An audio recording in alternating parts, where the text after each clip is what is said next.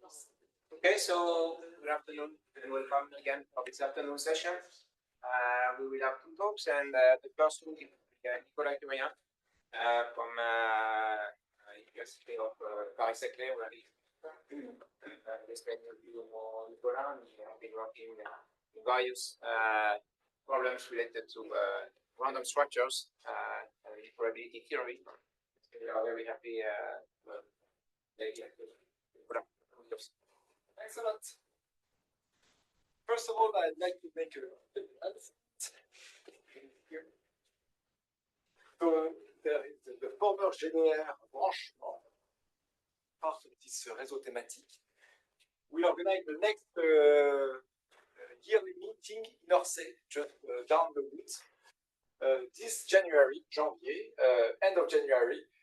Here is the website, and we have a wonderful list of speakers, including some of the people in the room, and 3 mini courses given by Satya, Lisa Hartung, and Patricia, which I encourage you if you are not yet registered, because registration will close very soon.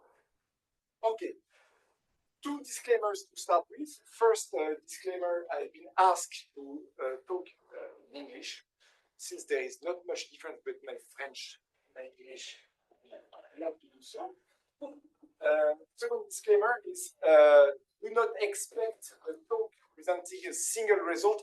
I'll try to give an overview of the research monograph that we are writing with Jean Bertrand and Armand Guerra, those 2 lovely people here. So it's impossible to give you all the details of 200 pages. So, excuse me. Last but not least, if you have interesting questions or remarks or whatever, this will be rewarded with candies or chocolate. For those who brought or via Zoom, sorry for you. Okay, so let's start. So the goal is to. So there is no Zoom, so bye-bye. So we will, excuse me, the eyes here, the eyes of Jean.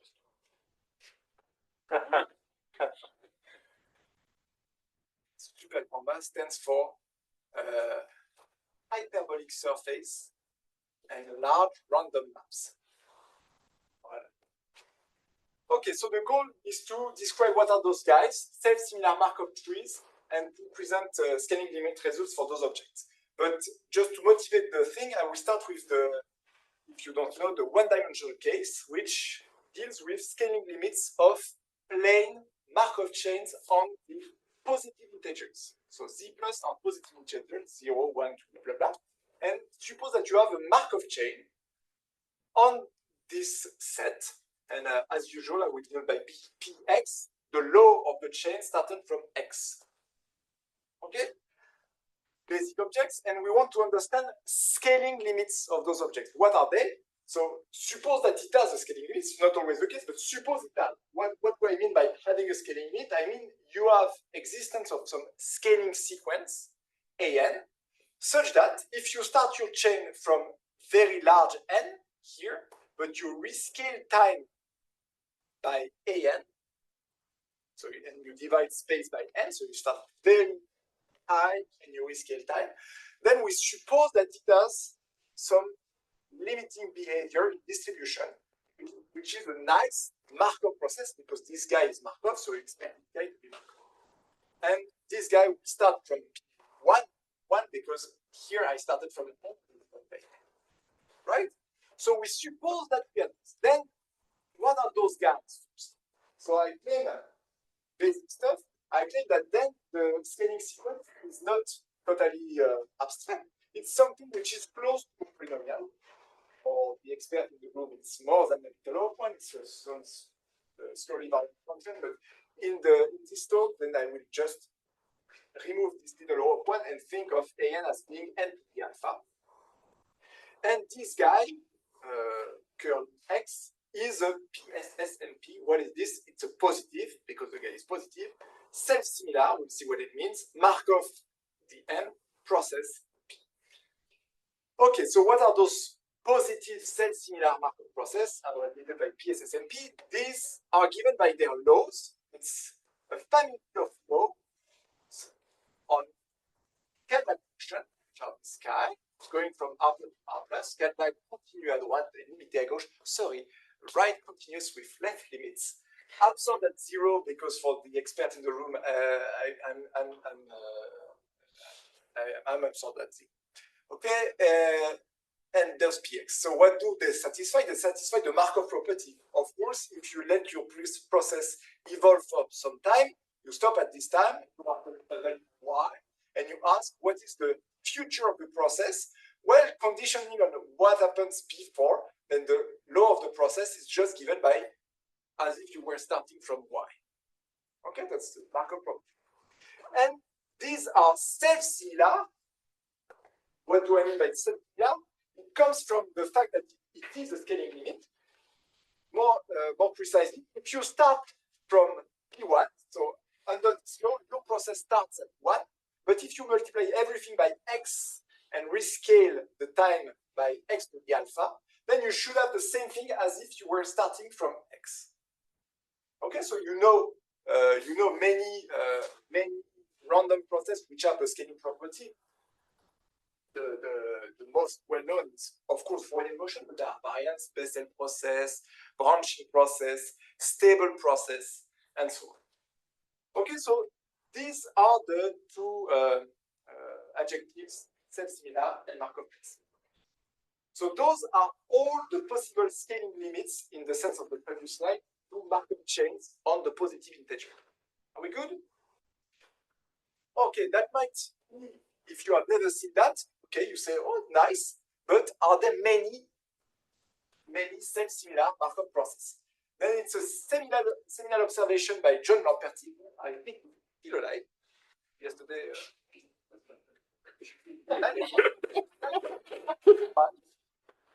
and oh, funny story. Actually, the Lamperti transformation that I'm going to describe, he mentioned that in one paper, and he said, it was in the 60s, he said, oh, this will appear in the forthcoming work. But it never appeared in the forthcoming work of John Lamperti, but it appeared in many other works later. And then just after he did his amazing work in probability theory, he more or less quit the probability theory and become a peace activist. Okay, so the joke. So his observation was to say, in a nutshell, that PSSMP are actually Levy processes in disguise. Levy, Paul Levy. Okay, why? Because if you have a self-similar Markov process, then if you start from x, imagine that you let the time evolve by an amount which is epsilon, small epsilon, times x to the alpha. Okay? Then you let your time evolve and assume that you are at some time y. Then what you have seen here is the same as what you have seen in orange here, as if you were starting from 1 and let the time evolve by an amount which is epsilon y to the alpha. This is the same thing as this up to scaling. So if this epsilon is roughly the time it takes starting from here, so that the integral of 1 over x, your process to the alpha, to hit the value epsilon. So if I consider this integral, I consider the time it takes for the inverse of x to the alpha to reach time t. Then you may think from this observation that actually, if you take the log of x time changed by this theta of t, then this guy should have IID increments. And having IID increments is exactly the same thing in the probability as saying you are a Levy process. Okay, so if you have not met positive self-similar process before, and if you understood that slide, I did my job. If you didn't, go on Wikipedia. Okay, so now what are Levy process? Levy process are process with IID increments. Does not mean anything because IID is a continuous process. But we know very well from the work of Levy and Kinchin. I don't remember the first name of Kinchin. That Levy processes are actually characterized by three quantities. A quantity A, which is the real, which is the drift term, a Brownian part diffusion coefficient sigma squared, and a measure that is called the Levy measure, which is just a measure on R. I include minus infinity, which I think of as a symmetry point. And this measure is not arbitrary. It must integrate near zero the quantity x squared. And, okay, I will not recap for you the construction of this, but just tell you that my Levy process, if I give you those three parameters, it is characterized by its Laplace transform. If I take exponential of z psi of t, this is e to t, because this is the IID property, if you think of. And this psi of t, which is the Levy-Kinchin exponent, is given by this formula where you see the three quantities appearing. Okay? So A can be thought of as a drift term, like a drift. Sigma squared is the variance of the Brownian motion part of psi, and this lambda is characterizing the jumps of your Levy process. More precisely, if you count the number of jumps in a given interval of length 1, in a given time interval of length 1, if you count the number of jumps that are in some interval I, then it's just given by a Poisson random variable of parameter lambda of I. Okay? So, jump, wow, jump,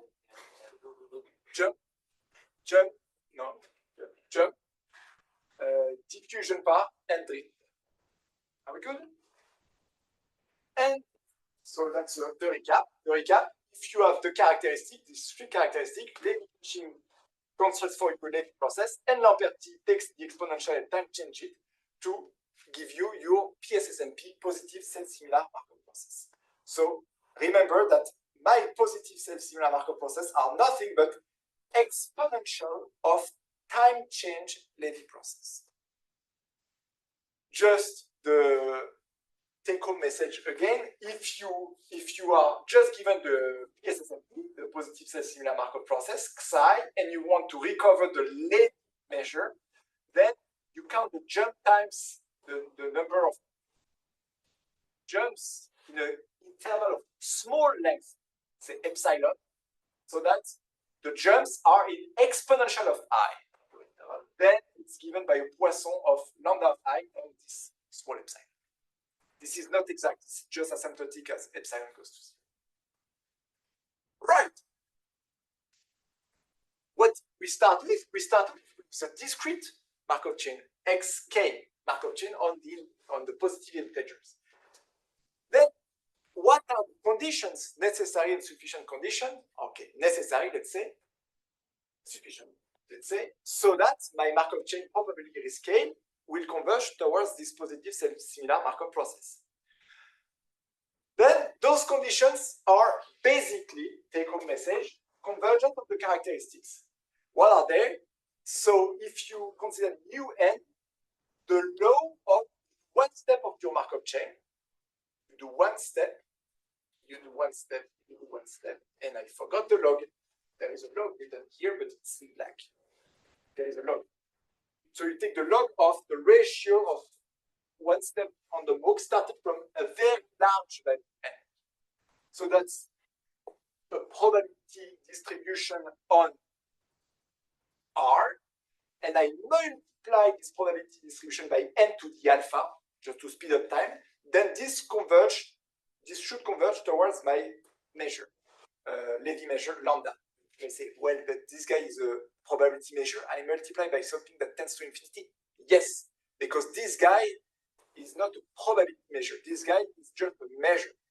And actually, in many interesting situations, this guy blows up near zero. So that does make sense. It's more complicated to say what I mean that the drift, discrete drift converge towards A and the variance also, but there are proper definitions of that. And once you have this, then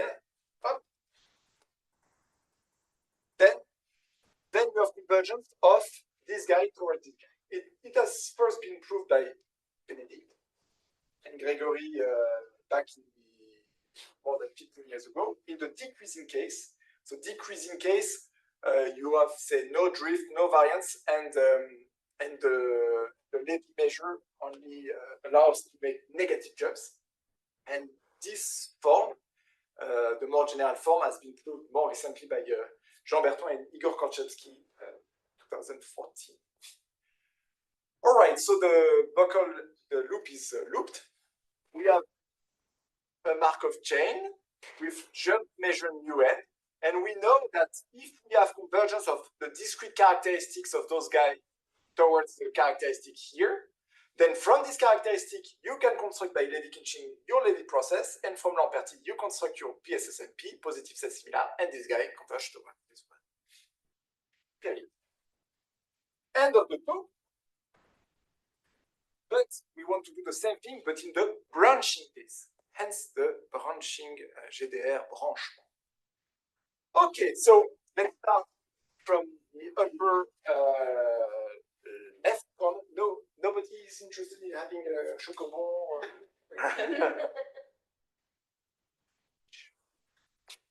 Let's start from the upper left corner. What are the analogues of this guy? Okay, so I had Markov chain on the positive integers.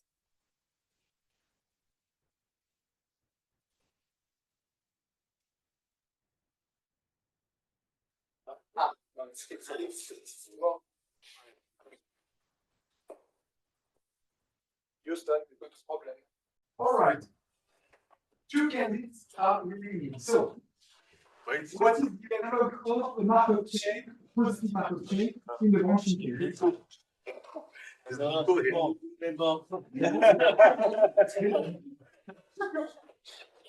So it will multiply the Dalton-Watson process with types which are positive integers. So you have to imagine a population of particles. A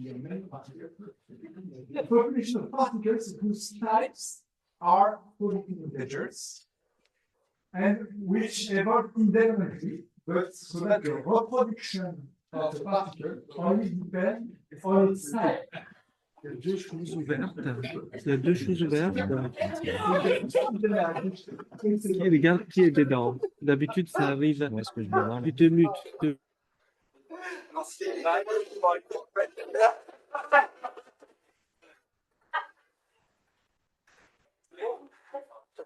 Avec Nicolas, on s'en est jamais.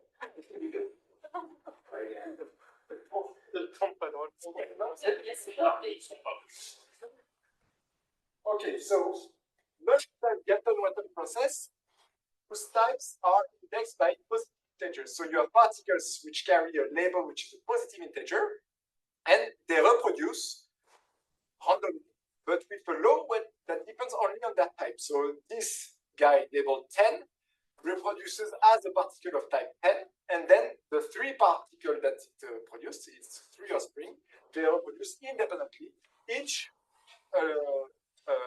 distributed according to the offspring distribution of its type, and so on and so forth. So you have a family tree of particles labeled by integers, positive integers, and this family tree, it's not ordered. There is no plain ordering. So this guy is just characterized by this IN. What is pi n? It's just a offspring distribution of a particle of type n. So it is a probability measure on finite sequence. For example, this 10, what is the probability that it gave rise to a 4 to 7? It's pi 10 of 4 to 7 as a set. Good. So this is the analog of a Markov positive Markov chain. So now, what are the analogues to positive self-similar Markov process? So it will be a random tree T with a root. The root is just a 0, and a labeling. G is a function that goes from my tree to R plus, which I will think of as a decoration, and which is self-similar in Markov. what do I mean by Markov? Well, the Markov property is time is now the height. So if you think of just a line segment, that's the one-dimensional case. So the Markov property in the one-dimensional case is transformed into this one. So conditionally on the tree up to this height, up to height h, then you have some trees grafted up up here. But if you just reveal what are the labels here, so the yi, there are many, could be infinitely many. Now, application, there will be infinitely many, but if I give you all these numbers, then these gray little trees that are grafted on top here are conditionally on that independent and of flow p started from yi. So that's the Markov property for the decorated tree. And the self-similar Markov, the self-similarity property is the same. You have this auto-similarity exponent alpha, the same alpha, so that if you start the tree from 1, but you multiply everything by x and you rescale all distances by x to the alpha, then you will get the same thing as if you were starting your tree from x. So remember that when your tree starts from x, the height of the tree is roughly x to the alpha. Sorry. Yep. I didn't get what yi was. So yi, so the g is a positive real assigned to each point of the tree. So on this point, there is a real. Okay, so it's each one has an individual yi. Yes. Oh, okay. Okay, so a little bit of topology, because this is really informal. So what are those guys? Well, it's not that easy to define a proper space and topology for those guys, and this is the way we proceed. We saw that as hipographs. So what are they? Assume I give you a random, no, not random, a real tree, T here, compact, and G, this decoration. Then we will actually see this guy as a subset of a larger space, which is T cross R plus, by considering its hippograph is just made of all points, such that the base point is in the tree and the other point is below G of x. Hippograph of the function. So when G is upper semi-continuous, which we will always suppose in the following, when G is upper semi-continuous, then this hippograph is actually a closed subset of this. And then we put a Gromov-type topology of those guys by saying, okay, a decorated tree is close to another decorated tree if I can embed in some common space both trees simultaneously, so that if I consider their hipographs, they are close in the Hausdorff sense. So imagine really that this guy is something like that. The base tree here is made of 2 segments, and on top I have this upper semi-continuous function, and I consider the hippograph, which is just the thing you see here in yellow. And are we good? Okay. Little exercise for you. This is my tree, just a line segment of length 1. Here is my function. Here is another function. What is the limit in the hippograph sense of this sequence of function?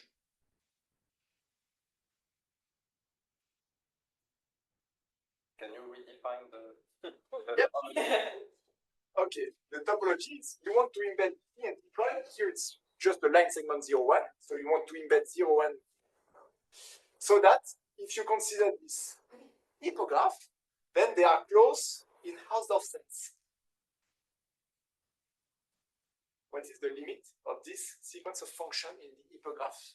Constant what? Yes, but constant what? Constant 0, 1, 1/2, 1. It's constant 1. So this sequence of function converges in the hippograph sense towards the function which is constant equal to 1. Right. Although it comes back to 0 many times. So it's a weaker topology than the score code topology because those functions do not converge to the score code topology. Of course, score code, Cadillac function, Cadillac are not usually upper semi-continuous, but it's just modified. the Zibudwin can like something like that. This is the per semi-continuous, but this is not the per semi-continuous, but you modify by doing this. Isn't it The carpet, yes? isn't it related to gamma convergence? So minus the function. And if you look at minus the function, then it amounts to gamma convergence. Can I have a candy? I don't know what is gamma convergence, but maybe it's good. So it's a weaker topology, but it's very well adapted to this Gromov type convergence. And what is nice for us is that's a polished topology. So everything what I'm going to say is on firm grounds. Okay, so how to construct those guys, those Markov self-similar trees? So one key idea is first to have a selection rule. What is a selection rule? Assume I give you this decorated tree, then use some selection rule to start from the root. Here is the root, and to select one branch. The branch I selected here is in red. So one rule you should keep in mind is when you arrive at the branch point here, you follow the particle or the side which has the largest label. It's not the case in this simulation, but that's a very well adapted selection rule. Okay, so once you have a selection rule, you can define what is a branch in your tree. And you should be convinced that if your tree is Markov and self-similar, then the evolution along that branch is, again, Markov, positive equals positive, and self-similar. So you're back to the one-dimensional case. This evolution here should be a self-similar, positive self-similar Markov guy, but you have additional information, which is the label of the branch that you have to glue on this language branch, which I will call reproductions. So let's build those guys. To build those guys, proceed as in the Levy case, but we enhance our space with some decoration, some reproduction. Formally, S is just, this is a real, which can be minus infinity. And the other one, x1, x2, blah, blah, blah, blah, blah. These are order in decreasing order. And I will have this lambda, but MatBB lambda, that's a generalized Levy measure. Not a Levy measure. What do I mean by generalized? I mean that its first projection on the first coordinate, 0, lambda 0, then this guy is a Levy measure. So you should integrate 1 inf x squared here on the first coordinate. And the rest here will be considered as a reproduction. Minus infinity is a symmetry. What do I mean by that? I mean that before we had a sigma squared lambda, now we have a sigma squared by the b lambda. And so we will do as we construct Levy process, usually in the one-dimensional case, we take a Poisson point process with this intensity, and we take the first coordinate here of the Poisson process, the first coordinate in orange, for the jumps of the Levy process. So these are the jumps of my Levy process. But then the other coordinates coming from the MatBB lambda are those blue crosses here, which you need to think of as reproductions. Okay? So that is a Levy process decorated with this reproduction. Okay. Now, what you need to imagine is that from those reproductions, you will start independently new Levy process again with reproductions. And so on and so forth, independently for each of those blue crosses. Okay? What you get in the end, you get what is called a branching Levy process, produced by Jean and Bastien, 2016, which is heuristically described by this figure. So the branching Levy process. That picture is misleading, of course, because you may have, in an interesting case, you have infinitely many blue crosses, but they are close to minus infinity. You have only finitely many pieces of trajectory in a given interval. In our case of study. Okay, so you have this branching Levy process, and what plays the role of the Levy-Khinchin exponent now is now the cumulant function. So before, remember, we were taking Laplace transform of one single Levy process. Now we sum of all I, which are all the possible trajectories here, the particles alive in my branching Levy process. These are the psi I of t. But it turns out that there is a very nice formula, very close to the usual Levy-Kinchin term, and which is called the cumulant function.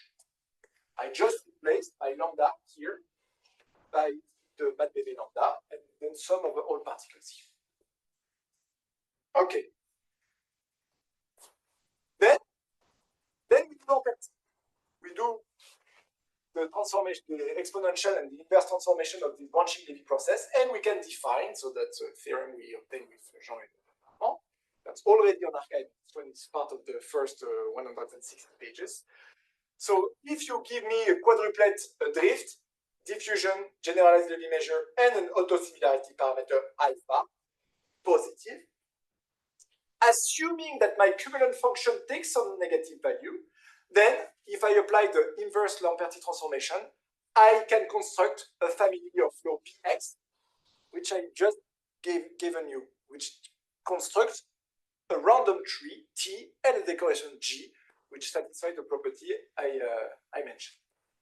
But in a way, what does this condition mean? It means that actually in my Levy process, in my branching Levy process, the largest particle has negative drift, which is something you expect because the Lamperti transformation you want to integrate your Levy process,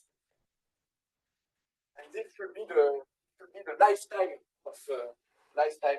of your PSSMP. So you want this guy to be finite. So you want your Levy process to drift to minus infinity.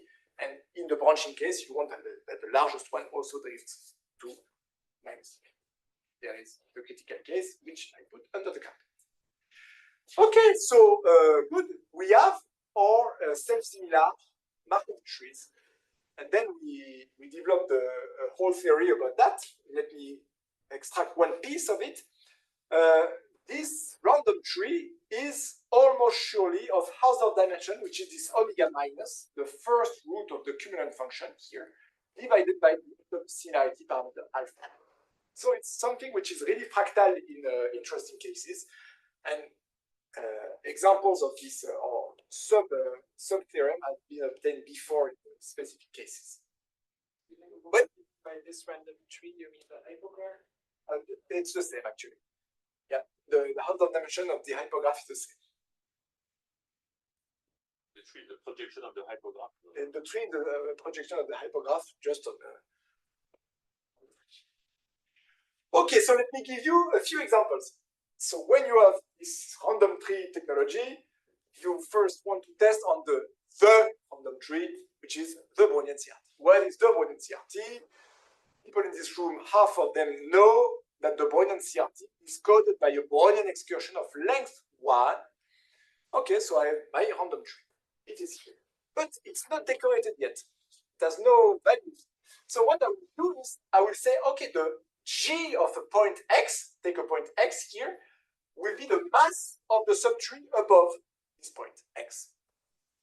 Okay, so given there is natural notion of mass in my random tree, in my Brownian random tree. So if I decorate it with the mass above, then I get naturally an hippograph on top of my tree. The root is here, and this is the value 1, meaning that the mass of the tree is 1. If I do that, this guy is actually a self-similar Markov tree with totally explicit characteristics. In particular, omega minus is 1 and alpha is half. But what is more interesting, so this was already observed much before us, in particular by Jean and Benedict and Gregory. All of this is well known. But for example, just this little modification was not part of their context. I take the same Brownian CRT, reloaded like matrix, but now tilde is coded by a Brownian excursion not of length 1, but of height. And now I will consider the decoration. It's not the mass above X, it's the height of the subtree above. Okay, so I've got locally speaking, they are the same. The global thing is not exactly the same, but it's really, look, it's really the same object as before. But now the decoration is not the same. Why? Because here you see there are jumps, because when I have a splitting event, the mass on the two branches, the sum of the two must be the mass just before. So here I have jumps which are conservative. Here I don't have jumps. And the decoration now is something which is continuous and along a branch, it's just a drift. Still, it's again a self-similar Markov tree. But now, look, alpha, the autosimilarity parameter, is not the same. It's 1 now. And omega minus has changed. It's not 1, it's 2. But that's morally the same object, and we have different characteristics. One more example, which is actually the motivating example, is to treat those random trees that appear in random geometry. And so one that is close to my heart is the random tree that is hidden inside a Brownian disk. Brownian disk. Well, you take UV quantum gravity on the physicist in the room, right? You take UV quantum gravity on the disk. This is a metric, random metric, gives you a topology of the disk. Represent that as a cactus, right? Because this is just a disk, and the height here is just the distance of a point to the boundary. Very nice cactus. And there is a tree that you see underneath this cactus, and the decoration of a point here is just the length of the cycle there. This has to be properly well defined, of course, but it can be done. And you have a tree with a decoration. Look now, the decoration makes jumps. Look at when you have jumps, they are conservative, but you may have growth along the branches. So it's not decreasing anymore. Still, this guy is a self-similar Markov tree with explicit and implicit. Okay, should speed up, so I should find what I'm going to say. I'm still going to say what I'm going to say.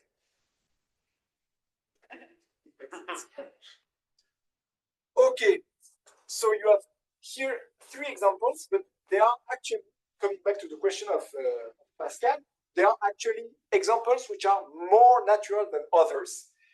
These are the self-similar Markov trees, so that if you look along branches,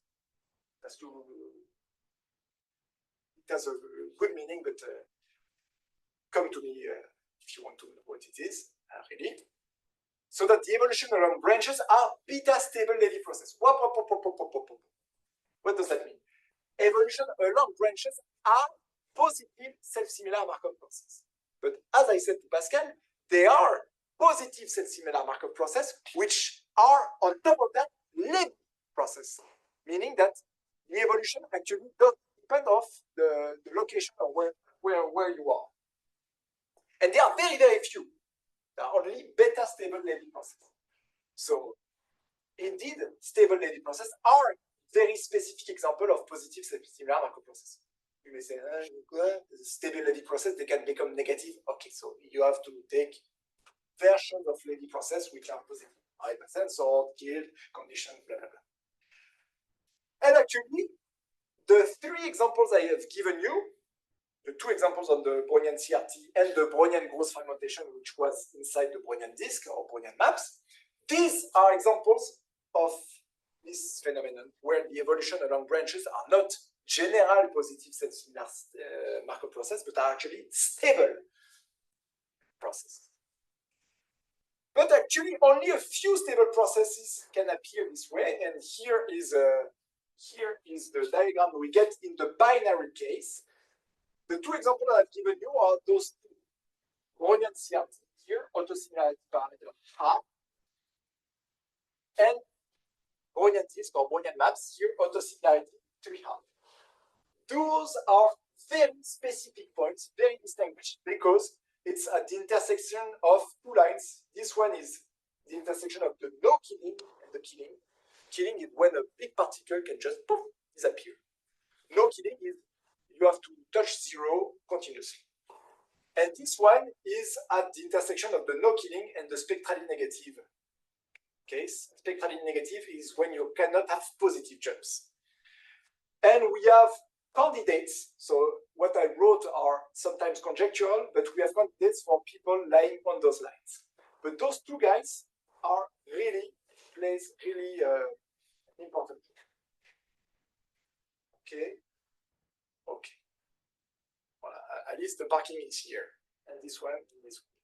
And Satya. Okay, recap. Okay, recap. These are the discrete analogs of the Markov chains, but so far I have constructed all those arrows. I have given you characteristics. I use Bertoin and Malin to construct branching Levy process. I do the Lamperti transformation to define those guys. But I have still not given you that arrow. So I want to prove, in some specific case, the conservative case, conservative and decreasing, this has been done by Benedict and Gregory more than years ago, but we want to extend this very general. Okay. Okay. Take-home message. Take-home message is we still need conversion of characteristics, whatever it means. But here we need a little bit more. We need convergence of discrete cumulants towards the continuous cumulant. And we need, okay, this is to be expected. This actually in many cases follows from that. And this subcriticality is actually almost a necessary condition because I just asked that starting from n, the total number of particles in my really like Watson is finite. People in the room would say, no, you're kidding, Nicolas, because if I want to have interesting examples, if I take a critical Galton-Watson, which is monotype, if I start from one particle, then this guy is infinite. So how come could you plug? Aha, but the critical monotype Galton-Watson is not one of the type here. It has to be conditioned on having n particles. And then this is true. Okay. We have many applications, especially for this Brownian gross fragmentation that appears in planar maps and Brownian disks. Here I took the list of all the discrete models that already all the conjectural list of models that already appeared in the literature, which we expect to be in this universality class. Okay. Do we have time? Yeah. Just for one reader? Okay. That's a very general machinery, many pages and so on. Did you register? Let me give you one riddle, which you may solve without reading one of the pages. Is the following. Imagine I give you a plain tree. Uniform plain tree and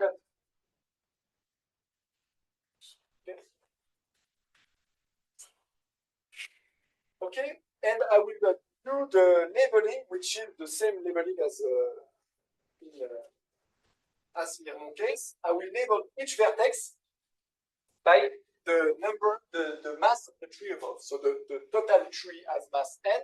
Here I have mass 1. Here I have mass n minus 2, and so on and so forth. Okay.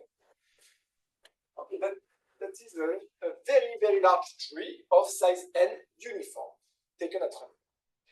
Now at each splitting, so this is k plus 1, k. Imagine that I split into k1, k3. Assume binary if you wish. So if I k1 to k2, then I have k1 plus k2 plus 1. Okay? Size here plus the size here plus 1 plus pk. Imagine that I will play the following game. I will do a 3-set tennis match.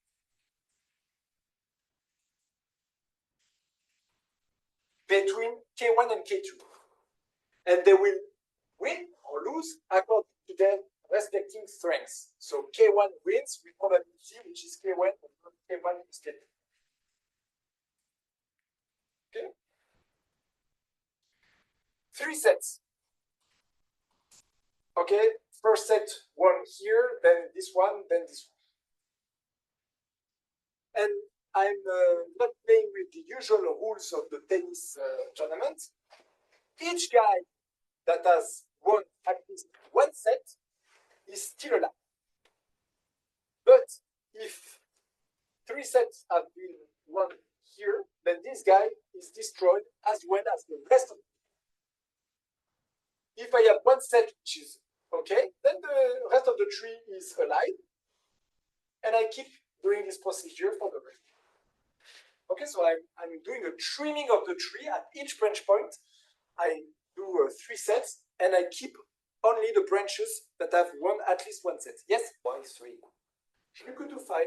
Okay. But if you could, if I do 2, the exponent is 1, and 1 is a funny number, but not as funny as the 1. So that's for 2 sets. Okay, so in the end of the process, you have a sub. Some branches are kept, some are cut. Good. What is the size in terms of number of vertices? What is the size of this tree on average?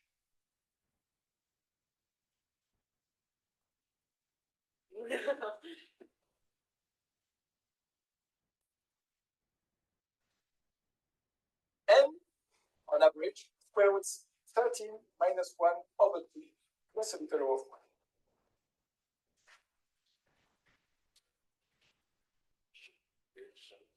Comment? Ça va aller plus qu'un moment. Non, non, moi je l'ai pas trouvé. Okay, so you can do 4 sets, 5 sets. If it's 5, then it's 6 minus 1, I think. Okay, and we have, just wanted to mention that. There are also work in progress with Alice, where we use this technology of, remember those 2 big points in the phase diagram that we distinguished? These are actually 2 fixed points that we see a lot in the combinatorics literature, in the realm of catalytic equation with 1 catalytic variable, where the equations are attracted to 2 fixed points, the 3 fixed points, and the map point.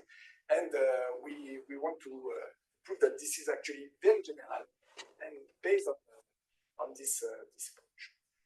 Okay, voilà. Voilà. Thank you very much.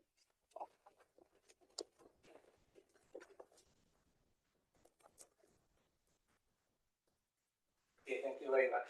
Thank you, strange technological problem. Thank you very much for this nice talk. We have time for a few questions, please. So in the scaling limit, you have application for the ON. The ON the 3 inside is one of these self-similar Markov tree with explicit parameter.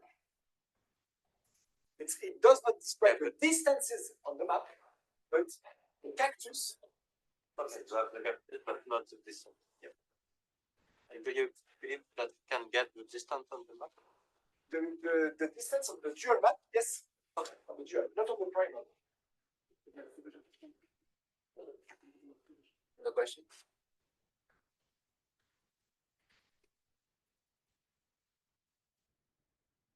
Satya, are there similar branching processes that are not obtained via the Lambert transform?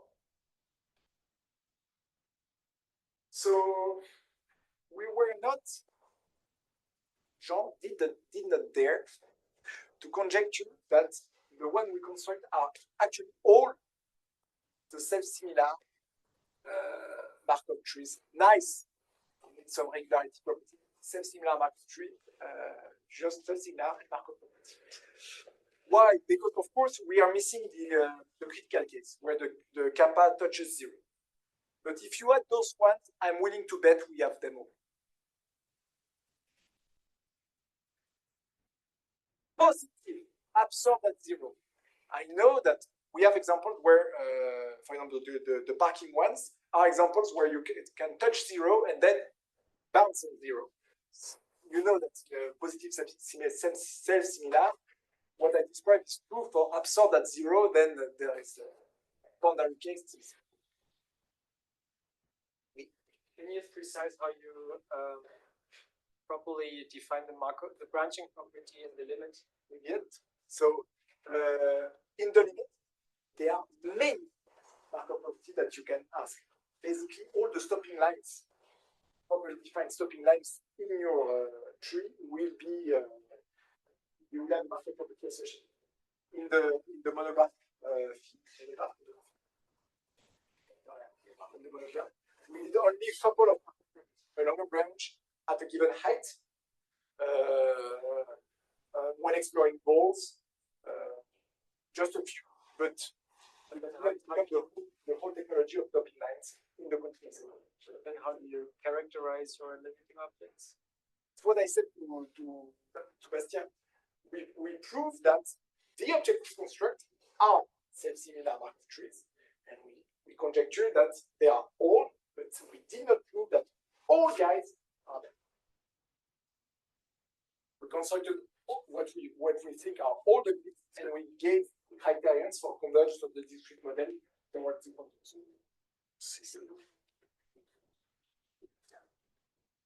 How do you get this one? It's the root of the kappa function. You pass to the limit, you use a theorem, you pass to the limit, and in the limit you have a similar Markov tree with an explicit cumulative function, and the mass of the tree should be this omega minus first root of the cumulative. Then you got a nice integral equation. Turns out that mathematicians know how to solve this.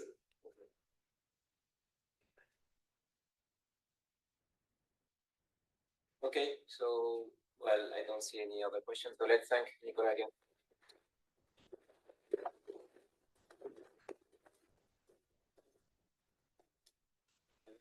Next and last speaker is Satya Majumdar.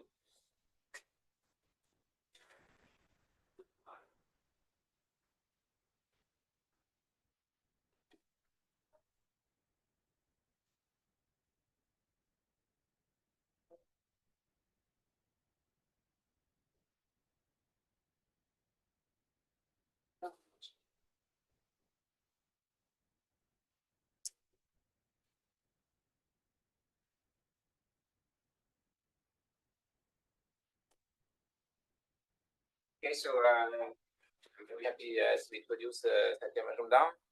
Satya is actually a generous researcher here in STAP at PTMS, which is one of the two labs inside this building. Well, Satya has done many important contributions in statistical physics, non-equilibrium statistical mechanics, random matrices.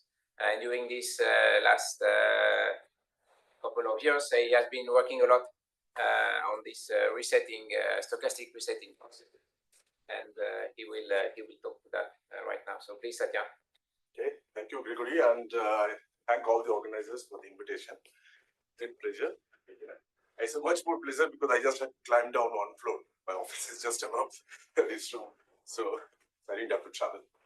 Okay, so I'm going to talk about correlated resetting gas, and I'll explain to you what I mean by this more precisely. And I should say that, unlike the previous two talks, I'm a physicist. So the results I'll talk about won't be in the form of theorems, but hopefully they'll be explicit and exact evidence a la physician. So, all right, so this is the sort of based on some recent series of work that we did with Markov, who is my PhD student and is also working with Gregory. And also, we have been collaborating with our other collaborators, Manoj Kulkarni from Bangalore, from Mexico, and Sanjeev Sabhabandi from Bangalore also. And this talk is sort of based on essentially Markov's PhD thesis, and here are some references on which presented some of these results. Okay, so here is the outline of my talk.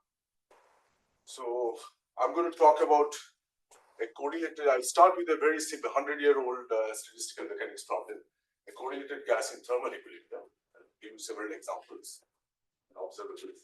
And then I'll come to the non-equilibrium situation, and we'll study a particular stationary state which is created by this resetting and explain to you what happened in resetting.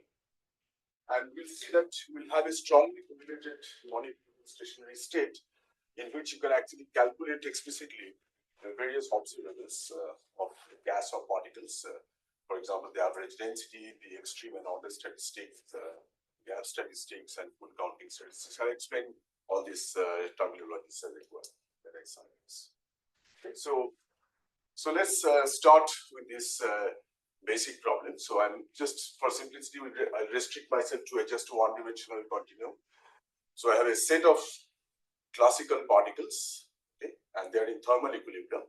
So the scenario is the following. So you have any particles, let's say, on a line, and you have an external confining potential, which could be just a harmonic potential. And so these are the coordinates of the particles, x1, x2, x3, xn. And now, given this configuration of the particles, you can associate an energy with this configuration. And this is very old classical statistical mechanics. So in the energy, so there will be one term which is just due to the external potential. So this is the sum of I xi. And then there will be interaction terms. So these are two-body interactions, for example, between ith and j particle. It could be three-body interaction, four-body, etc. So in general, so you have these, these are the interaction terms in rate, and this is the non-interactive term, which is the external interaction. And this gas is supposed to be in thermal equilibrium, which essentially means that it's in connection with the heat reservoir with the temperature T, and then Gibbs tells us that the joint distribution of the particle positions in equilibrium, that is in the stationary state, is just given by exponential minus beta. This beta is the inverse temperature times this energy of this configuration. Okay? And this is 1 over z is just a normalizing partition function. So this is the thing that comes from thermal equilibrium. So when we say a gas is in thermal equilibrium, this is what we essentially mean, that the stationary state is known. And now this is, of course, as I said, it's a 100-year-old problem, but these days, people can do beautiful experiments where using optical laser traps, and these are some kind of colloidal particles, and you can tune the interactions, you can tune the potential, etc. So there's a lot more interest, renewed interest in this field, which has come back over time in the advent of experiments. And there are various physical observables that you can measure experimentally and also try to compute. And but the main point here is, the problem is difficult because if you have interaction, so then the joint distribution obviously does not factorize into individual marginal distributions because there are the cross terms here. And only if these interactions are not there, then of course you factorize them. And so this is the main point, that they are strongly correlated because of the interactions in general. So the general problem is the following. So essentially, what are the observables that people are interested in computing? So first thing you can ask, okay, given this stationary measure, which is the Gibbs measure, you can ask, what is the average density of particles? So I'm normalizing it such that its integral is 1. So this is the average fraction of particles between x and x plus dx. And it is just, this is a Dirac measure. So this averaging here, angle bracket is over the stationary measure. This is just a 1-point function, marginal distribution. Then you can ask for order statistics. So I can order the positions of the particles in, let's say, in this order, decreasing order. So M1 is the first particle, M2 is the second particle, M3 is the third particle, etc. And then M1 is the position of the rightmost particle. So this is the extreme value statistics, and or order statistics, if you like. And you can also ask what is the distribution of the gap, for example, between the particles, the rightmost particle and the second rightmost particle, or gap in the bulk, near the center of the trap, etc. And you can also ask what is called the full counting statistics. That means you can take an interval minus L to plus L, and you just count how many particles are there. So this is the NL. So NL is a random variable given the underlying measure, and then you want to know what is the distribution of NL given the interval minus L to plus L. Okay. So these are the objects that typically people can probably measure it experimentally, or even theorists want to calculate that. So these are the essential observations. I mean, those of you are familiar with random matrix theory, these are the essential quantities in the spectral theory of random matrices that people are interested in. Okay. All right, so this is the sort of observables, and this is the problem. So this is the, as I said, classical problem. And so generally, very hard to compute these observables for a correlated gas where there is no factorization of the joint distribution. However, if there is no interaction, all the rate terms have disappeared, so you just have the external potential, then you see this is an ideal gas because there is no interaction. So these particles are just fitting on the external potential. And then immediately you see its measure is just e to the power minus beta EXI, and therefore it just factorizes into individual marginal distributions. We have a set of IID variables essentially. And in that case, you can all the observables you can compute exactly in terms of this marginal distribution P of X. For instance, average density is simply P of X.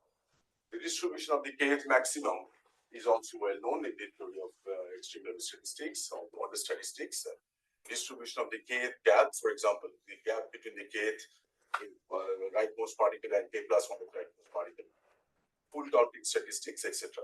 They're very easy. They're all in terms of, if you know Px, you can calculate all these quantities. Just to give you a simple example, I mean, for example, if you want to know the distribution of the kth maximum, then it's very easy because suppose the probability density that the kth maximum equal to W. So that means one of them has to be W, and the k minus one of them have to be bigger than W, and n minus k have to be lower than W. So they are independent. So this is just a product of it. And then there's a combinatorial factor. How many ways you can put k minus 1 particles below the kth particle and out of n particles. So this is, once you know Py, after that you can do asymptotic analysis for large n, large k, etc. But basically you know the exact answer. And similarly, with gap statistics, to know the gap statistics, you need to know the joint distribution of Mk and Mk plus 1, which is a little bit more difficult, but still you can do it. Everything is explicit in terms of P of X. And finally, full counting statistics is also easy because I have an interval minus L to plus L. So what is the probability that a single particle belongs to this interval? This is just this integral here, because this is the marginal distribution of Y. So QL, so then you have to find better is N choose NL, Q to the power QL to the power NL, or minus QL to the power N minus NL. So once again, if you know Py, or Px basically, so you know everything. So it's very easy to work it out for non-interacting particles. But the problem is when there are interactions, and then none of these things are possible to work out so easily. And the famous example of a correlated gas is this famous Dyson's log gas, which says that, okay, again, you have a harmonic potential here, and you have an interaction term, which is repulsion, and between any pair of particles as log of xi minus xj. And this was worked out by Dyson long time back. And the reason it's interesting is because this is also closely related, as many of you know, to the what is called the Gaussian random matrix theory. So imagine that you have a Gaussian Hermitian matrix where the entries hij, they are just complex variables, each of them is independent Gaussian, and then the distribution of the matrix entries is just exponential minus n. I mean, I normalize it by n, so the trace h bar h jagged h, and this is a rotationally invariant ensemble. So if you change the basis, it's invariant, and that's why it sort of played a very important role in nuclear physics and many other physics problems and quantum chaos and so on. And what one knows is that if you diagonalize this matrix n, there are n real eigenvalues, and these eigenvalues are strongly correlated, and you can calculate explicitly their joint distribution, and it's very well known. It goes back to maybe before even Wigner. And the joint distribution is known to be just exponential minus n trace of h square, which is summation lambda square, and then there's a van der Waals term which comes from the Jacobian of the transformation from entries to eigenvalues and eigenvectors. And the point is that this van der Waals square term, you can raise it inside the exponential, and you can write it like this. So you see that this is exactly the phenomenology of 1D correlated gas. You have an external energy and you have an interaction term, which is log lambda minus lambda j. So therefore, up to some trivial rescaling factor, the eigenvalues of a G matrix, they are exactly same as the position of the the Dyson log gas with repulsion log repulsion. And so this is one classical example, and you can ask, okay, can I calculate all these observables that I mentioned? And in fact, for this case, for the randometric study, as you know, that this can be computed, but they are not at all easy. I mean, just to give you an example. I mean, if you look at, for example, the largest eigenvalue, and there's a lot of work there. So on an average, the average density of eigenvalues, they lie on the large end limit. They converge into this Wigner semicircular form, where they are basically, supported from minus root 2 to plus root 2 in some scaling rules I'm talking about that. And so most of the eigenvalues are concentrated here. There are more eigenvalues near the center and less near the edge. And if you look at the largest eigenvalue, its mean value is root 2, but it fluctuates around this root 2 on a typical scale of order n to the power minus 2/3 in my normalization. And in fact, I mean, one knows now the distribution of the typical fluctuations around the mean value, and this is the famous Tracy-Medium distribution. And then you can actually calculate even the large deviation functions around that, and there have been lots of results. I mean, I'm not going to all the details. I mean, this is just to show you that, that even for simplest equilibrium statistical mechanics of a long range, this kind of strongly correlated gas is highly non-trivial. So whole spectral theory of random matrix is essentially on this problem. And there are several references, of course. I mean, there's the whole subject of random matrix. And for the largest eigenvalue and these things, I mean, we wrote a review also with Gregory and also our recent book. So there's some discussion on that. So another example is if you take, for example, one-dimensional Coulomb gas, but in a harmonic potential. So this is called the Jellier model in 1D. So here, instead of log repulsion, you have linear term because one-dimensional Coulomb interaction is linear between pair of particles. And again, this is a very old problem going back to the 60s. And people know average density is not Wigner semicircle, but it's a flat density from minus 2 alpha to plus 2 alpha down for this coupling constant here. And many other things you can compute, and there have been a lot of recent work. I'm not going to all the details. I mean, extreme order gap in Downhill statistics. So we have worked quite a lot in recent times, and but again, they are non-trivial even with a sort of linear interaction here. And then you can more general problem is what is called the Rees gas. So you take again two-body interaction, but now the repulsion term is 1 over xi minus xj to the power some number k here, and the k has to be bigger than minus 2, because if k is less than minus 2, this harmonic potential is not able to confine this gas. Okay, so you take this guy, and so we have 3 limits here: k equal to minus 1, then it's linear. So this is the Jellier model. K going to 0 limit is this log gas, Dyson's log gas, and k equal to 2 limit is what is called the Calogero model. Okay? And there's a very recent survey, very nice survey by Matthew, who is here, and for this case, you can calculate, for instance, the average density in the large n limit for all k bigger than minus 2. For k bigger than plus 1, which is a sort of short range case, this was worked out by Harding, Lebly, Saff, and Sarfati. And then we looked at for all k from k minus 1, minus 2 to infinity. And for k less than 1, it's a short range case, and there the density, even the density is highly non-trivial. And the other observables have also been calculated, and there have been many other papers here. But again, I mean, this is not the main topic of my talk today. This is just to show you that even with a sort of two-body interaction, the strongly interacting gas is very hard to solve for any physical objects. All right, so this is what we learned. So for equilibrium statement, just to summarize, so what we know is one step is good, so which is that we know the stationary measure. That means we know the joint distribution is given by the Gibbs state. But then to calculate some observables is very hard in general. It's a mathematically hard problem. So now what I want to do in this talk is to go beyond the equilibrium, and I want to look at such strongly correlated point processes, but in a non-equilibrium stationary state.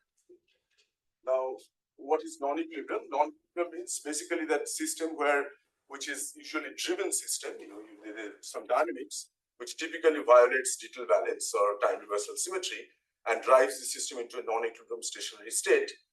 So, but this non-equilibrium stationary state is not given by the Gibbs measure. So there are two challenges for non-equilibrium stationary problems. So the challenge number one is that unlike in equilibrium system, the stationary state, when it exists, I mean, it's determined by the dynamics itself, and this dynamics typically violates, as I said, Dittel valence or time reversal symmetry. And as a result, the joint distribution, the stationary measure itself is very difficult to determine. I mean, it's not by the Gibbs measure. And in general, one doesn't know how to write this. It depends very much on the dynamics. So this is the number one problem. So this is unlike equilibrium where we know that at least we know explicitly what is the stationary measure, it's the Gibbs measure. And the second problem is that even if you know the stationary state explicitly, as the problem, calculation of this, calculating these physical observables, which you can measure experimentally, they are not easy. So they are very hard. And this is due to, again, strong correlations between these particles. So I want to now give you some examples of this non-stationary strongly correlated system and a more specific example to see exactly what I mean by this.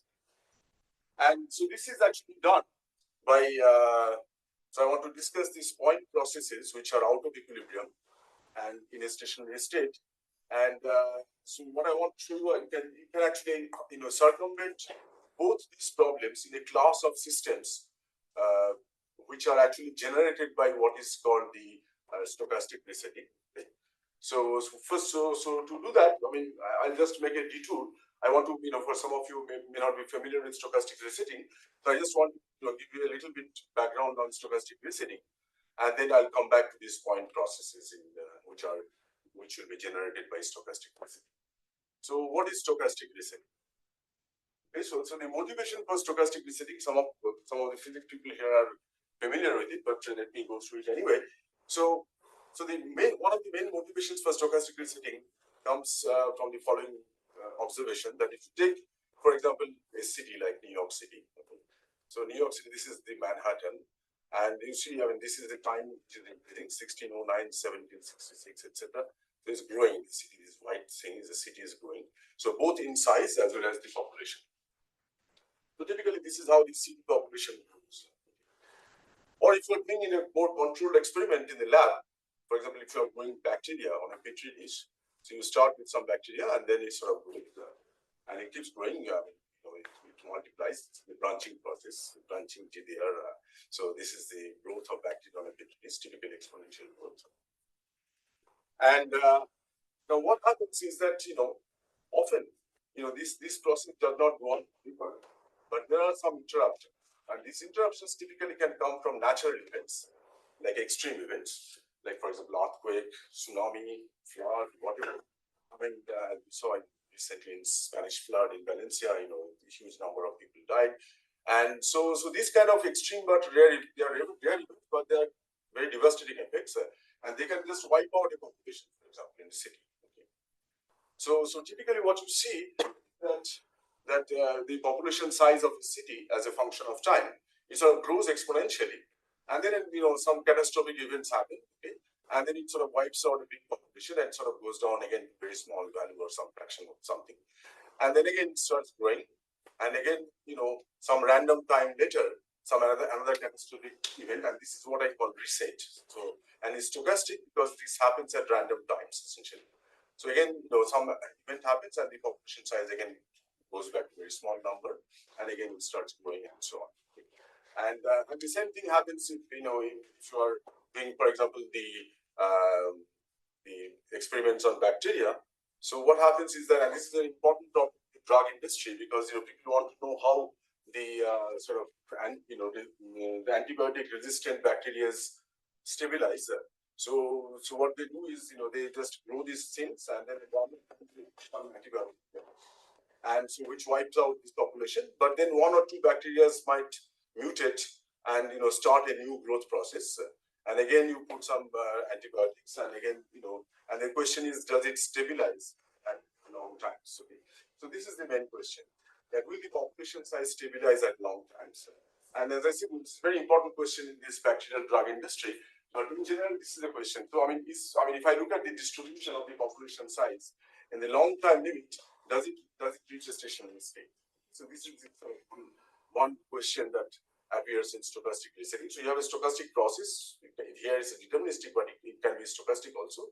And you reset the process at random times. And then you ask at long times, does this drive of stochastic resetting, does it drive the system into a non-equilibrium stationary state? So that's the first question. And the second question, which is a motivation which comes from the search processes. So I'll not talk about too much today about search process, but I mean, just to motivate you. I mean, there are many search processes in nature that you're familiar with. For example, animals searching for food, or a helicopter searching for survivors after a shipwreck, or even the protein searching for a site to bind on a DNA, or even more mundane example of when you are debugging your computer program, you're looking for the bug. And so in all these problems of search, you are looking for a target. And natural intuition tells us that if you have searched for a while and you haven't found the target, maybe you should just go back to the starting point and restart the search.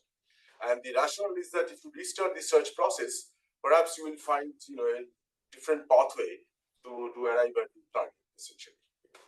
And this is actually seen in many contexts. I mean, for example, in visual search, imagine that you are searching for the face of a friend in a big crowd.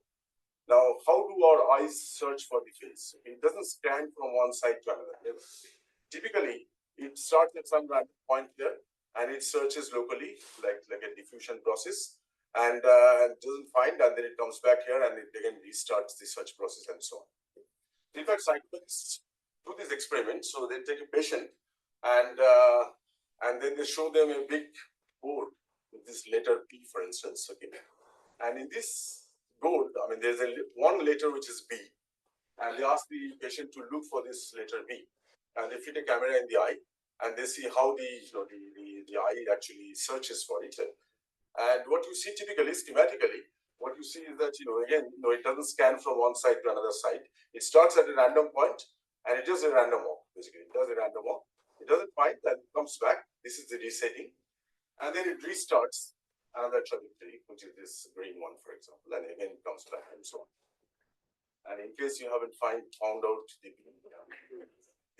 it's there. So anyway, so this is the thing, and the other example, of course, which is we encounter often in physics, is for example, I mean, in many physics problems, you have this complex energy landscape, for example, in glassy systems or disordered systems, and so here, what you see, this axis is basically specifies the configuration of a system, and the height here is just the energy or free energy of a landscape, if you like. So each point here is a configuration, and typically in any algorithm, computer algorithm, so your goal is to find the global minimum, which is the ground state configuration. And so what you do, you start from some arbitrary configuration and you make a local move, like for example, flip a spin or move a particle, and then you move along this, on this random landscape. And what might happen is that you might get stuck in a local minimum for a very long time. And then it takes a very long time to, you may never find this global minimum. And that's typically what happens in glassy systems, which slows down the dynamics. So what you can do, what people have empirically observed is that just reset. So to either the initial starting point or some random point, doesn't matter really. And then you restart this process. And then empirically, people have found that you find the global minimum much faster. Because again, the rationale is that you might explore a different pathway a second time when you do it, or third time you do it, and then you might reach the global minimum much faster. So these were the sort of rationales behind the so stochastic resetting was used empirically for facilitating the search of a target, but there was no quantitative estimate for that. Okay, so there are two main issues here. So one issue is this: does the system reach a stationary state when you drive a system stochastically by resetting? And second is that does stochastic resetting really make a search process efficient? So the short answer to that, I mean, it does actually in many situations, but I'm not going to talk about that. Okay. So today I'm going to focus only on the first one, which is this stationary state aspect of that.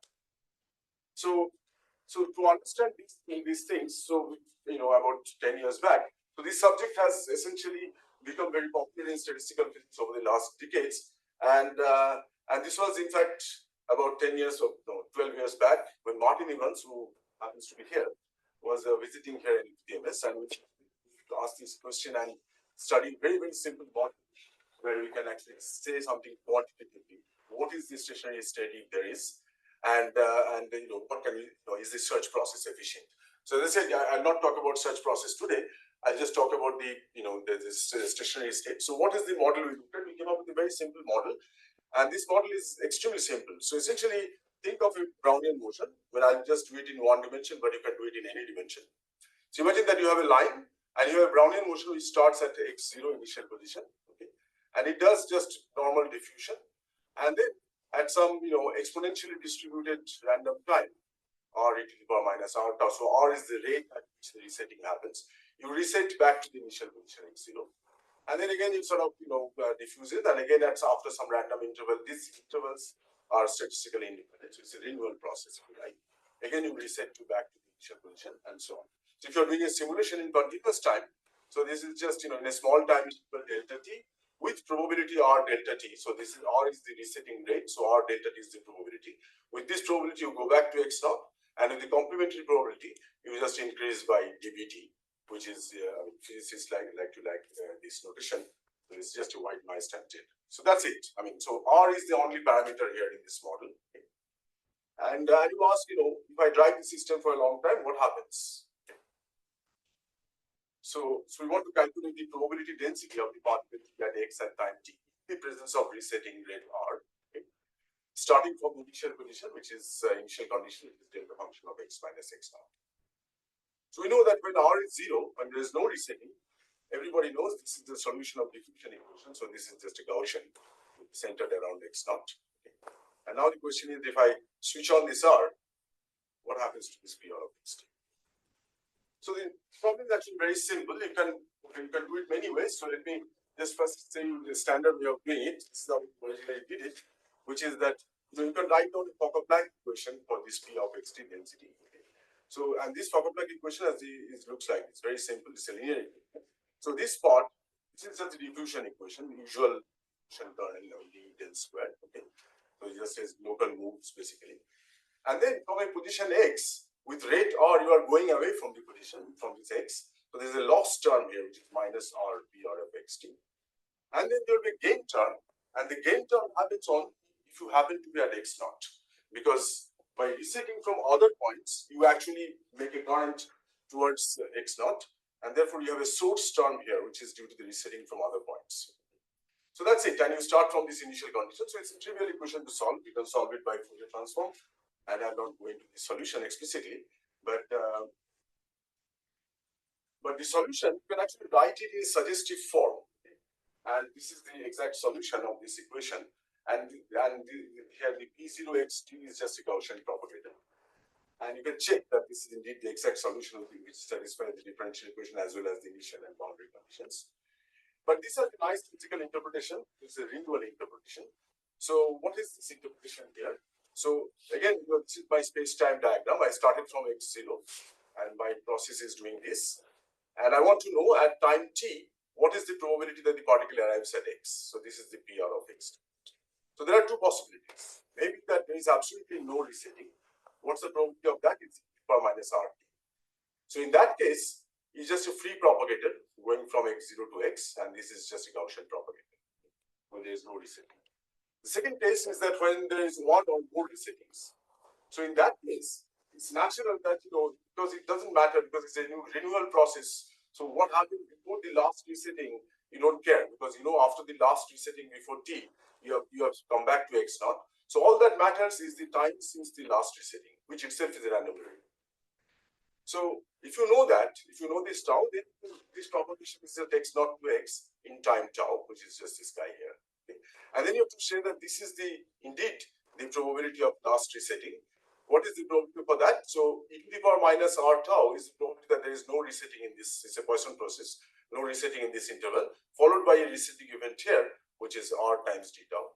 And then of course you have to integrate over tau. This tau can be from 0 to t. So this is the exact answer for the full time dependent solution of this probability density. And what you see is that in the long time limit, of course, this term drops out and this integral exists, and you can just compute it explicitly, and it's very simple. It's just double exponential form. So it's a non-Gaussian, and it has indeed a stationary state, and the length scale is square root of d over r, which is the typical distance that the particle moves between two resetting events. So this has this nice double exponential form.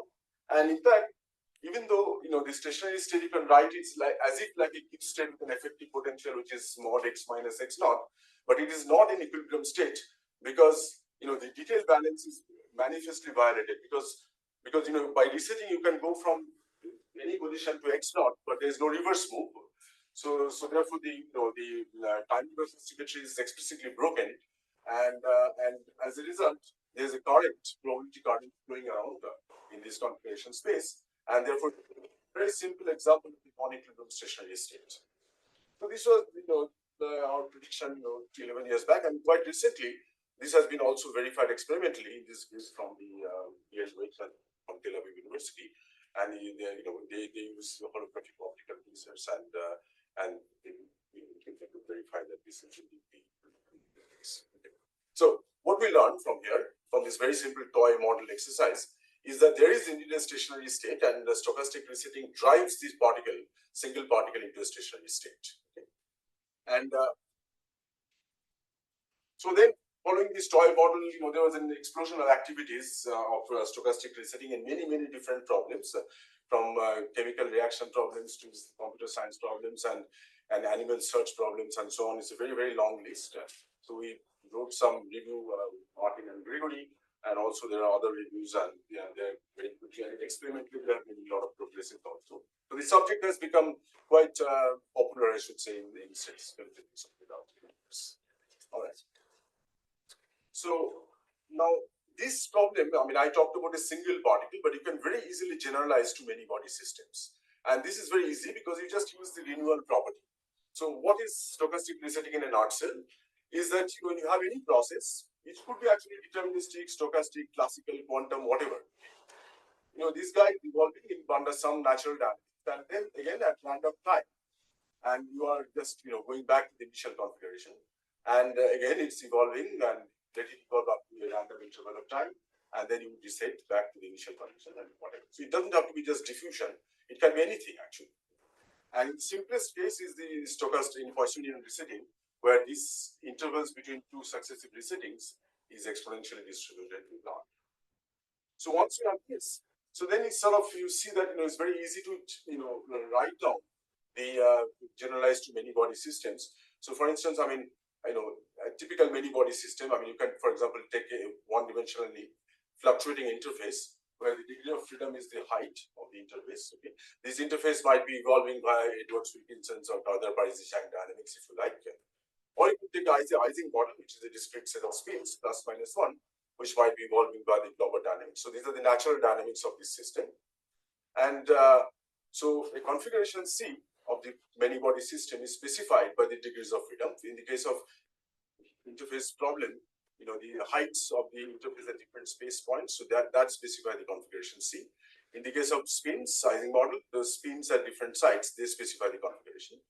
And you can ask, okay, so natural dynamics is whatever these dynamics, and then you subject them to stochastic resetting to its initial configuration, the whole configuration. And you can ask, in the presence of stochastic resetting with rate R, what is the probability that the system is in configuration C at time t? Okay. And so then you can immediately write down again the same, just generalize this result, renewal equation. So again, imagine that you have no resetting between 0 to t, and then this is just the probability to the power minus RT, probability that there is no resetting, and then it's just a free probability, that is without resetting. What's the probability that the system arrives in configuration C at time t? And then you have more than one resetting, then you have to just look for the time since the last resetting. And this is very important because this keep on will appear in this. This variable tau has the interpretation that's the time since the last resetting, and then P0 of C tau. So this is a general equation you can write down for any many body system. And in particular, in the long time limit, this term will drop out. And if this integral exists, you have a stationary state, which is a highly non-trivial stationary state. So this is an example of a many-body non-equilibrium stationary state. And but to determine that is not always easy, because this is just in some sense Laplace transform of the probability distribution without resetting. But often we don't know even in the natural dynamics what is the probability of a full configuration at time tau. So and you have to know at tau at all times in order to determine this full Laplace transform.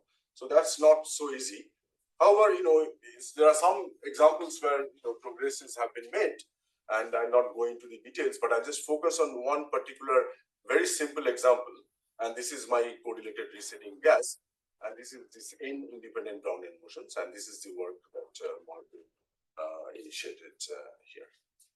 All right, so let me just tell you what this model is, and this model actually is sort of motivated by a real experiment, and this experiment was done at the NS Leo. So the group of Siliberto at the NS Leo, so they were trying to measure in one-dimensional system and one and two-dimensional system using optical traps, this kind of stochastic resetting, and the way they came up, to how to do the stochastic resetting in real lab. So the idea is the following. So you can forget about these pictures; these are just experimental pictures. But roughly speaking, this is the method basically. So essentially, what you do, you take generate an optical trap, like a harmonic trap, for example. So you first, switch off the trap. So it's a free diffusion. You have a single colloidal particle. This is for a single particle. Single colloidal particle, which is doing diffusion. So this is space and this is time, just doing diffusion. And then at some random time, you switch on the trap. And you switch on this trap, so that's like resetting, basically. It's totally flat, and then you just switch on the trap. And the trap, stiffness is very small. Then it's it's like almost instantaneous resetting to this. And during that time when the particle is relaxing in this equilibrium, in this well, you do not measurement, you do not make any measurement, so that this is almost like a instantaneous measurement. And then again they will do like this. So this is how they measured actually and then they have techniques to measure these things. I won't go into details, but essentially you can measure the stationary state, for example. And so now you ask, okay, so now imagine that I have not one particle, but I have two particles. And to start, let's say these particles are totally non-interacting. So then you have, let's say for example here I have three particles, three Brownian motions. So they're doing free diffusion. I switch on the trap, so that means I reset them all simultaneously, okay? And then I let them settle down there, and then I switch off the trap again, and then again they diffuse after a random time, and again I switch off the trap. Okay? So I do this alternately. Okay? So this is the sort of simultaneously instantaneous resetting. So between two resettings, these particles are totally non-interacting. They're just independent Brownian motion. But you are resetting simultaneously. That's the model. So you start all the particles in one dimension, n particles, let's say at the origin. Each of them is doing independent diffusion, no correlation at all. Only thing that is happening is that they're all getting reset simultaneously, some rate r, at the same point. And then again you restart the normal diffusion independent, and again you reset and so on. Okay. And you ask, okay, what happens in to the joint distribution of the particles? So once again, you can write exactly the same thing that I was writing down for many body systems, the renewal approach. So this is the probability that there is no resetting event at all between 0 to t. Probability for that is t power minus RT times the free propagator. They are independent, so it's just a free propagation from 0 to x size. And then you have one or more resettings. Okay. So if you have one or more resettings, again you have to interpret this time since the last resetting, because you don't care what happened before that. You know very well, once I put this tau, condition on top, you know that this is just a free property. This is this guy here. But then you have to average over this, which is on this portion. So this is it. This is the joint distribution of these particle positions. And what you see is that obviously this is not separable. That is, the joint distribution, you cannot write it as a product of individual distributions. So there is a correlation here, and this correlation is induced by the simultaneous resetting. Even though there is no direct interaction between the particles, the fact that you are resetting them simultaneously is like, imagine that we are in this room and we are just making a totally independent, we are making diffusion, but then we have a global bell which rings, which means we all have to come back to the familiar room and this. And if we keep on doing this, that induces essentially correlations between us. And this is again a non-equilibrium station. I mean, so first of all, in the long time now if I take the long time limit, so first term drops out here, this guy drops out, and this integral exists. And so what you have is a joint distribution, which is given by this. And the point is precisely again, you see that the correlations is emerging because they share the same tau, same last resetting time. And this is because they are simultaneously resetting. If they were all independent participants, resetting event was independent, then the product will be outside this integral. Then it will be just ideal gases. But the fact that they are simultaneously reset, so which means that they all share the same last resetting time tau, and that actually makes them correlated. So this is an example of a many-body non-equilibrium stationary state. And moreover, what you see is that the structure of the stationary state is actually rather simple, because what is the structure? So you see okay, so first thing, okay, you have this object here. So this is the explicit form of joint distribution. And you can actually check, you can calculate the correlation function. I mean, normally people calculate xi xj minus average xi average xj, but because of the Gaussian symmetry, those are zero. So you have to go to the next order. So if you calculate xi square, xj square, and the connected part of it, you can just, it's a trivial computation. You can show that it's a non-zero constant, which means that there's an attractive all-to-all interaction with these quantities, and they are strongly interacting because everybody is interacting with everybody. So this is the correlation, but then you want to calculate some observables. Okay. But what you notice here is that this has this particular integrable structure, solvable structure, in the sense that it has this form that as if there's a parameter u, so u is tau here. So as if they are independent inside the integral, they are like independent gas with a shared parameter, and this parameter u has it's a random parameter which is drawn from some PDF h of u. In this example, in this model example, you see that this u is just tau time since the last resetting, okay? And it has a Poisson distribution. But this is the general structure, and this is what we call the conditional IID structure. That means conditionally they are actually IID, okay? But then you have to average over this u variable. In this case, this is tau, and that makes them correlated and not correlated. So there you have an example of a a strong correlated non-equilibrium stationary state, but still there's this beautiful structure here which allows us to calculate everything explicitly. I'll just give you an example. These are just calculations, but I'm not going into too much details of the calculation, just to show you some results basically. So basically, essentially, you calculate first for a fixed tau. For example, if you calculate average density or gap statistics or whatever full counting statistics, whatever you want to compute, you compute this with a fixed parameter tau, and then you just have to average over the tau. So the CIID structure is very important for the solvability of this problem. So you can calculate all these observables. So just to give you some examples, so for example, average density. So average density is quite trivial because it's just a marginal density. We average integrate over x2, x3, xn. So just a single particle. So single particle, if you compute this, so it's a marginal distribution, and it's just this double exponential that I talked about before. Just a single particle thing. You see that the average density is here. Its support is over the full space. So unlike the random matrix theory, where you have a support over a finite region, here you have over the full space, and this is the stationary distribution of the density, stationary average density. And then you can actually look at the distribution of the maximum. So what you find, you can easily find out that again in the bulk, the typical gap between the particles is order 1/n, and whereas maximum is like square root of log n, and the gap near the maximum, near the edge, is actually 1/square root of log n. And so for example, if you want to calculate the order statistics, so let's say I want to calculate the distribution of the kth maximum. This is the first maximum, second maximum, kth maximum.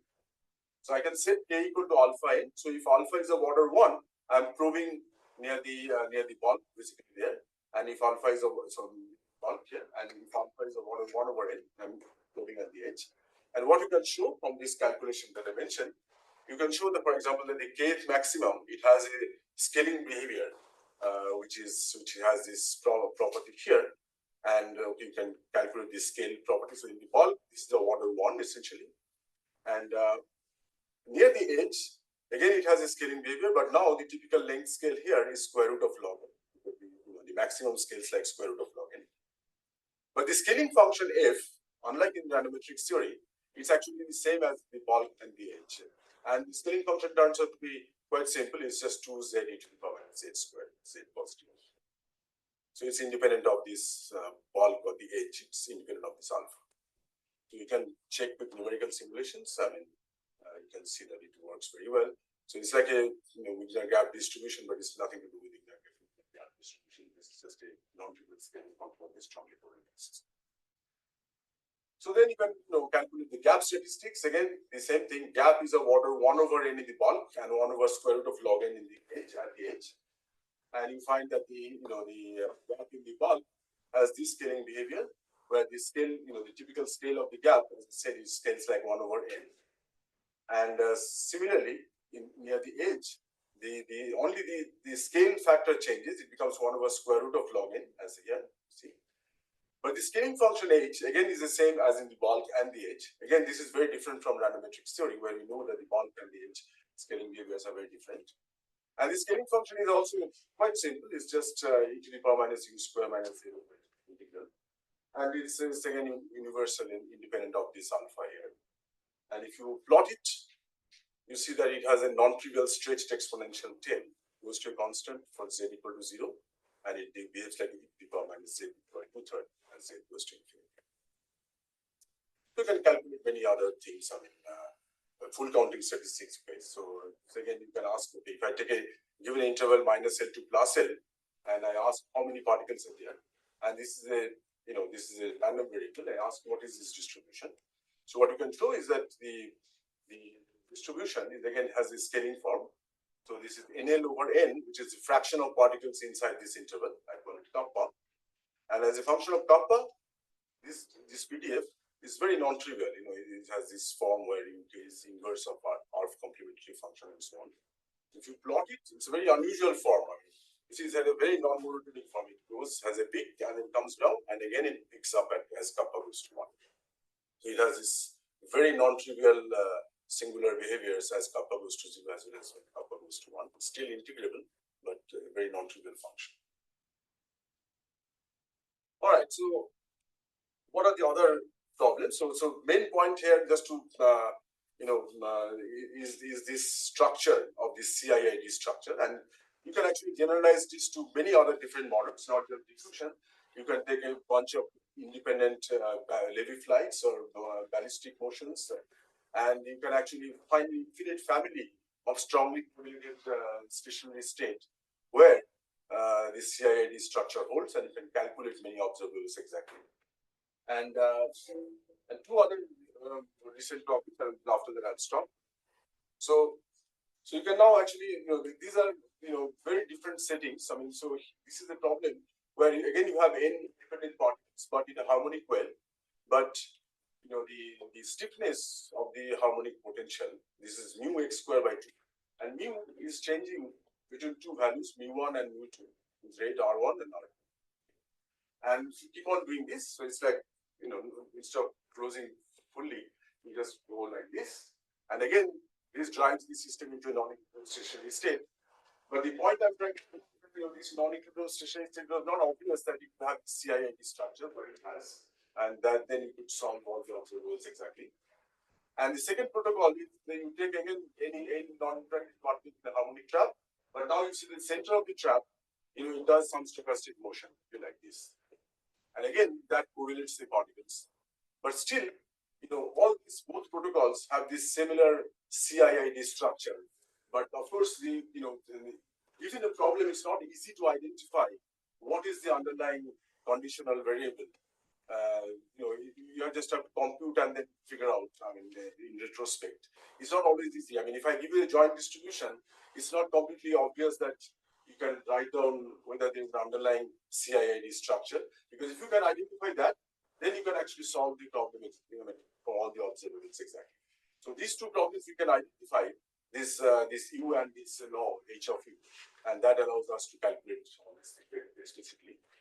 Again, I'm not giving you the details, so let me just, my time is up, so let me summarize and conclude. So basically, So essentially, I talked about a very simple class of solvable models of correlated gas of n particles, which are non-interacting. So they are non-interacting, but the dynamics, the correlations between them is actually generated by the dynamics. It's emergent, okay, in this, and it persists all the way to the stationary state. And the one mechanism is this simultaneous storage.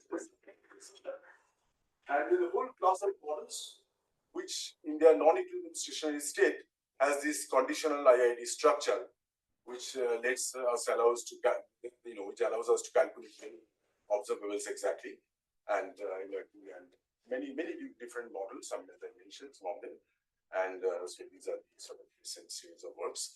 And maybe I can just make a very cheap publicity of the last page of our recent book with Gregory on the statistics of extremes and records. I mean, some of the discussions we mentioned here are mentioned there also, but without much details.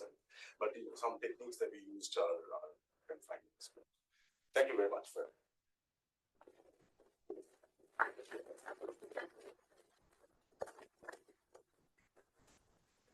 for this very nice talk. We have time for a few questions. Please, Pascal. I wonder whether there are relations to queuing theory. So yes, absolutely. So in fact, stochastic resetting, in some sense, it already appeared in a queuing theory where all this terminology that you remember MM1 queue and things like that. Where basically the queue, some people suddenly leave or get served, and then the queue length can get reset. Essentially, again, it has this kind of very basic granular structure. So I was rather thinking instead of like applying this paradigm to queuing systems, rather in queuing theory, you have examples where you don't have detailed balance equations, and you can still calculate stationary distributions, which are also of some conditional product form. Yes. Well, they actually just call it product form. Yes. No, because typically my experience is that, at least the problems I know, maybe I don't know all of them, but typically the ones I have seen, so there you have a product form, but you have a global constraint, like you have a P of x1, x2, x3, xn, and then you have a delta function of sum over f of xi, some constraints like that. Okay. So those are actually much easier because you can just, those global constraints, you can just Laplace transform them away, and then it essentially becomes IID structure. Okay. But here, it's a random variable which you have to average over basically, and that makes a becomes dynamic. So it's not due to a conservation loss. That's what I'm saying. For example, in zero range process, which is again another example of queuing process. So you have a total mass which is conserved, and this is the global conservation law. So those are actually much easier to deal with. I mean, because you don't have to average over another random variable. But here they are really conditionally averaged, and sometimes identifying this underlying new variable is not always clear. It's a point. In fact, it's a very general mathematical question. If I give a joint distribution which is exchangeable, invariant under xi, xj permutation, what is the necessary and sufficient condition that it has a CIID structure? I don't know this. So there is something called Diffie-Hellman's theorem, but this is not. But it doesn't apply to here because obviously, for example, if I give you the measure of GV, clearly it's exchangeable, but it doesn't have this structure because in GV, the probability measure vanishes when two of the particles come together, right? Whereas if you have a CID structure, it's never going to vanish. Okay. So I don't know if there is a necessary and sufficient condition for the CID structure. That's an interesting thing. It is theorem is for infinite. Yes. So this is a lot of closet. Yes. I for finite it doesn't work. Yes. Why do you say strongly correlated, and how do you measure? Strongly correlated in the following sense. So, what I mean by weakly correlated is, for example, if you take a set of variables, random variables, x1, x2, x3, xi.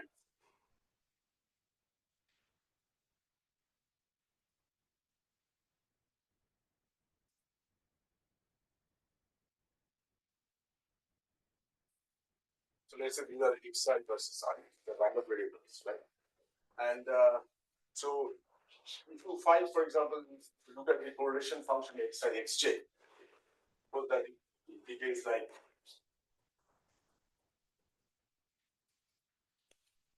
exponentially for some correlation length. Then that is called weakly correlated because it's like there is a length scale up to which they are correlated, but beyond that they are uncorrelated. Now for this kind of systems, it's easy because you can take a very long sequence, you can break it into blocks of correlation length psi.